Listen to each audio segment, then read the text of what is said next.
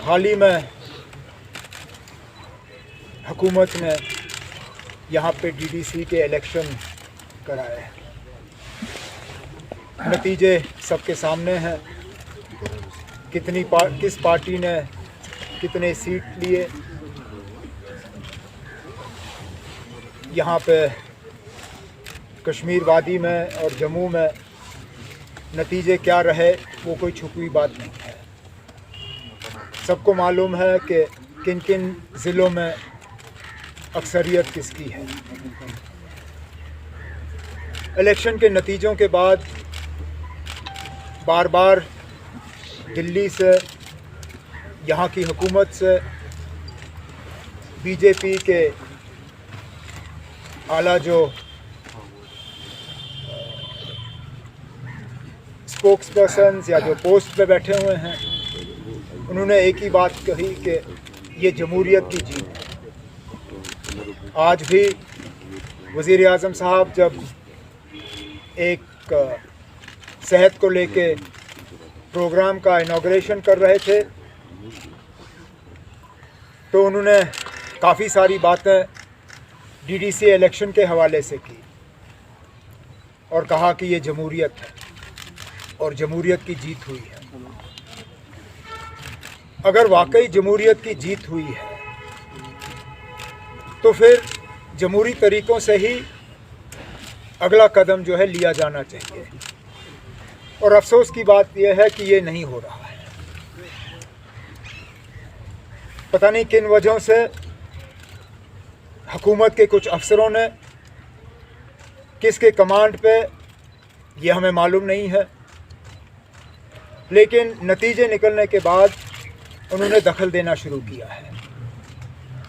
गिरफ्तारियां, पकड़ दकड़, धमकियां, और मकसद सिर्फ यही है कि जिन ज़िलों में पीपल्स अलायंस का, मैं कश्मीर प्रोविंस की बात कर रहा हूँ, जिन ज़िलों में पकड़ दकड़ के ज़रिए वो रिज़ल्ट को तब्दील कर सकते हैं और डीडीसी चेयरमैन जो है अलायंस को छोड़ के दूसरी पार्टी का बना सकते हैं, वहाँ पे ज़ोरों शोर से ये काम चल रहा है।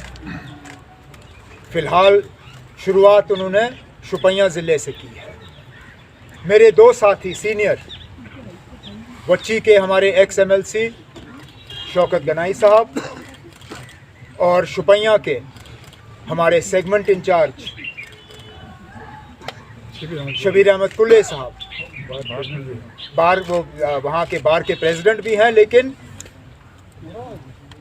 उनका सबसे अहम रोल जो है वो नेशनल कॉन्फ्रेंस के वहाँ पे सीनियर लीडर के हैसियत से है। नतीजों के बाद दोनों को वहाँ से उठाया गया, दोनों को कहते हैं प्रिवेंटिव डिटेंशन में लिया गया। अब वो क्या प्रिवेंट कर रहे हैं समझ में नहीं आता, क्योंकि सिवाय डेमोक्रेसी के और किसी चीज़ को प्रिवेंट नहीं किया जा रहा है वहाँ पे। शबीर कुल्ले साहब वो हैं जिनको 5 अगस्त के बाद भी प्रिवेंटिव डिटेंशन में बंद नहीं किया गया।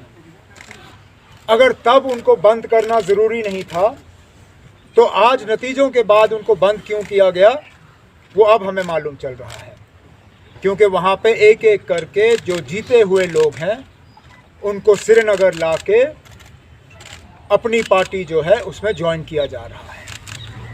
इसमें इंडिपेंडेंट्स भी हैं, इसमें कांग्रेस के भी हैं, PDP के भी हैं, और बदकिस्मती से कल हमने देखा कि नेशनल कॉन्फ्रेंस के मैंडेट पे, नेशनल कॉन्फ्रेंस के सिंबल पे जो एक लेडी वहाँ जीत के आई, मुमताज़ यास्मीना, उनको भी कल ज़बरदस्ती अपनी पार्टी में शामिल किया गया। और मैं सोच समझ के ये अल्फाज ज़बरदस्ती इस्तेमाल कर रहा हूँ क्योंकि मेरे एक साथी यहाँ बैठे हैं जिन्होंने टेलीफोन की रिकॉर्डिंग की है, जिसके बाद सारा बिल्कुल क्लियर ये पता चल जाता है कि यहाँ पे एडमिनिस्ट्रेशन के कुछ लोग हुकूमत और पुलिस का इस्तेमाल कर रहे हैं, गिरफ्तारियाँ कर रहे हैं, पकड़ रहे हैं, और छोड़ने की कीमत उन लोग जिनको पकड़ा जा रहा है, छोड़ने की कीमत ये है कि आप आइए अपनी पार्टी ज्वाइन करिए और उसके बाद इन लोगों को छोड़ा जाएगा 3 दिन के बाद। एक सेकंड, वो है माइक यहाँ पे हमने लाया था, माइक के बस यहाँ यहाँ लोगों के सामने के साथ लोगों के सामने रखो। मेंबरशिप पार्टी बेसस पे वसमुस तक मेंबरशिप बड़ा जागत मूजूब कह मूजूब वर्ड में बानन कह पान क्या वर्ड मैं वर्ड बानन और एक उस औरत का क्योंकि खावंद है, खावंद के भाई को पकड़ के लिया गया है और खावंद को कहा जा रहा है कि आप अपनी बीवी को अपनी पार्टी में ज्वाइन करा दो, 3 दिन के अंदर अंदर हम आपके भाई को छोड़ देंगे। वो गई, अपनी पार्टी ने उसको हार पहना दिया और जमहूरियत का एक बार फिर यहाँ पे कत्ल का सिलसिला जो है उसको कर दिया। हालांकि हम समझ नहीं पाते, अगर पार्लियामेंट में एंटी डिफेक्शन है, अगर के असेंबली में एंटी डिफेक्शन है, तो पंचायतों में भी है, तो फिर एंटी डिफेक्शन का कानून यहाँ पे भी लगना चाहिए। ये फौरी तौर डिस्क्वालीफाई हो जाए, नए सिरे से इलेक्शन कराएं, हम भी देखते हैं कौन कहाँ खड़ा है। लेकिन अब ये जमहूरियत नहीं है, लोगों ने अपना फैसला सुना दिया है, अब कबूल करिए। जमहूरियत का मतलब है कि हार जीत हम कबूल करें, अगर कि हमें हम मान के चलें कि ये लोगों का फैसला है। अगर हम हार गए होते हम कबूल करते कि हम हार गए, लेकिन ज़्यादातर सीटें पीपल्स अलायंस को लोगों ने दी हैं। समझ में नहीं आता, ये बीजेपी अपनी पार्टी, रियासत की हुकूमत और मरकज़ की हुकूमत ये इस चीज़ को कबूल क्यों नहीं कर पाते हैं। हम आज इस प्रेस कॉन्फ्रेंस के ज़रिए दोनों जम्मू कश्मीर की हुकूमत को और मरकज़ की हुकूमत को ये कहना चाहते हैं कि जमहूरियत के साथ खिलवाड़ मत करिए। जम्मू कश्मीर ने वैसे भी इन चीज़ों का बहुत बड़ी कीमत चुकाई है।